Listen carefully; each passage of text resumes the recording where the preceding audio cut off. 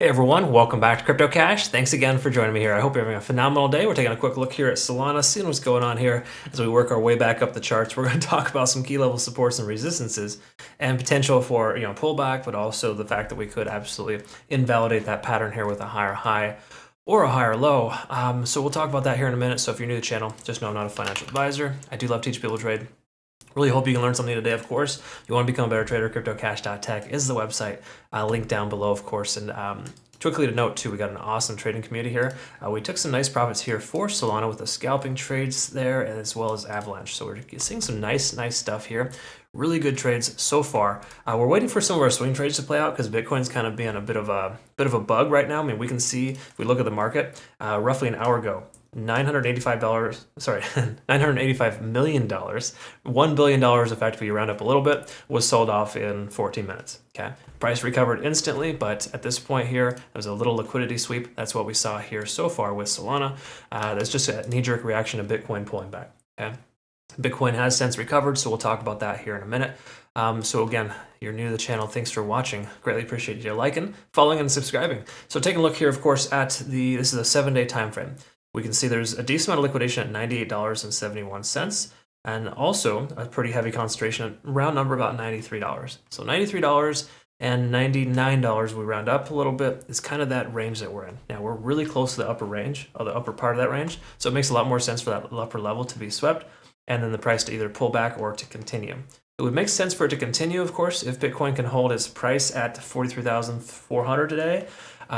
Closing above that 0.236 fib level would be extremely important. Okay. Now, if you're not familiar with that, you should be watching my Bitcoin videos because that's really where you understand how altcoins are going to work. But generally speaking, we're looking pretty decent in the market here so far. There's a shift of momentum happening for Bitcoin.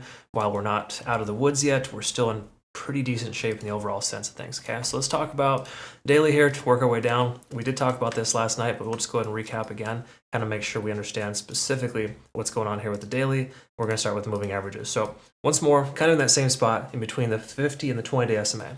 So the 20, we can expect the 20-day SMA to work as a resistance level. We can see here, so far this descending trend is we've wicked up 4 times and still can't get past that little threshold. So again, we're getting squeezed in this little pattern here, and the likelihood of a breakout either up or down is greater. Okay, now it's not just going to shoot up or shoot down per se. That can happen, but it's something's going to happen where it's going to either break the ascending trend or the descending trend. Okay, and right now the 20-day SMA is kind of holding the price action right there at about $99. So it's right there at that resistance of 100. Okay, so 198. Is that definitive little resistance channel we have here so far. So just know it's going to take some volume to get through that. Okay, so we're coming up into a resistance level. That having been said, we can see our second swinged on stochastic to the upside. This does carry typically more weight. Once again, this is the daily time frame, a little bit slower of a moving average, but still impactful. We've held above 50 on the RSI. Money flow index is right there with it. We can see the MACD is trying to converge, but hasn't yet. So again, there's a lot of positive signs here, but I wouldn't say they're significantly bullish signs. Okay, that's just kind of where we're at there. 4-hour time frame. Also, we kind of note here, we can see that the moving averages are kind of just hanging out there, right there, smack dab in the middle of the price action, generally below, but this isn't like a bullish or bearish sign. It's again one of those Bollinger Band scenarios where the price compresses for some time and eventually it explodes or makes a move, right? We got to have a definitive move because the bears and the bulls keep pushing the price action down lower and higher, and that's why you have that inevitable explosion. Take a look here at the MACD. We can see the MACD is trying to converge, or still converging rather, but it's losing a little bit of momentum.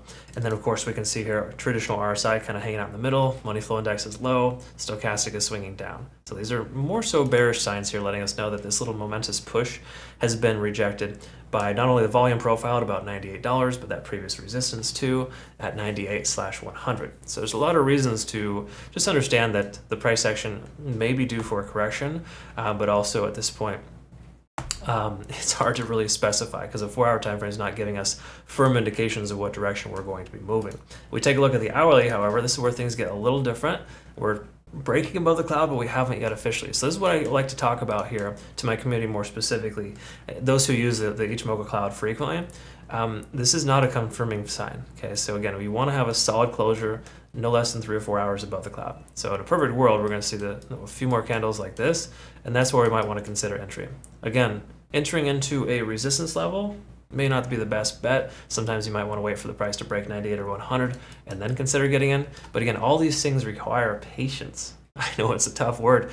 It's basically a four-letter word for most people, especially in cryptocurrency, because it just seems to be everybody wants to jump in and get rich quick. But you just got to slow your roll, folks, you know, just a little bit at a time. We got some folks that are doing really awesome. I just got to kind of draw attention to this here. I'm super happy with still previous. Very well done. Awesome accumulation in your portfolio there. And again, most of it is just based on the simple fact that it's not getting super greedy, monitoring the trades correctly, and just ensuring that things are looking good. So thank you, still previous. Appreciate that. Deeply appreciate the sentiment. And again, it's not like it's exact science either, right? Because these, you know, there's been plenty of times where I say it's going to go up and it goes down. But again, mostly a lot of it has to do with how you structure your trades and just making sure you're not putting yourself and over risking your portfolio, and making sure that you are just, I guess, you know, giving it time to breathe. Because a lot of times folks they'll open a swing trade and they'll get like stressed out. We haven't hit our target in 5 hours. What's going on? Dude, it's a swing trade, folks. We're talking weeks or months is what you should be used to holding the trade open for until you hit your targets.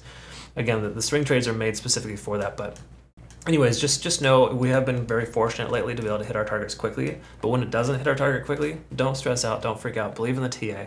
If there's invalidations that occur, we'll go ahead and consider closing the positions or essentially changing directions. You know, again, there's different strategies there, but right now we're not in this position where we want to short the heck out of everything. It seems likely that the price will pull back, but once more, there's a lot of false positives. So I guess what I'm getting at here is that Solana hasn't fully confirmed that it should be breaking out here soon.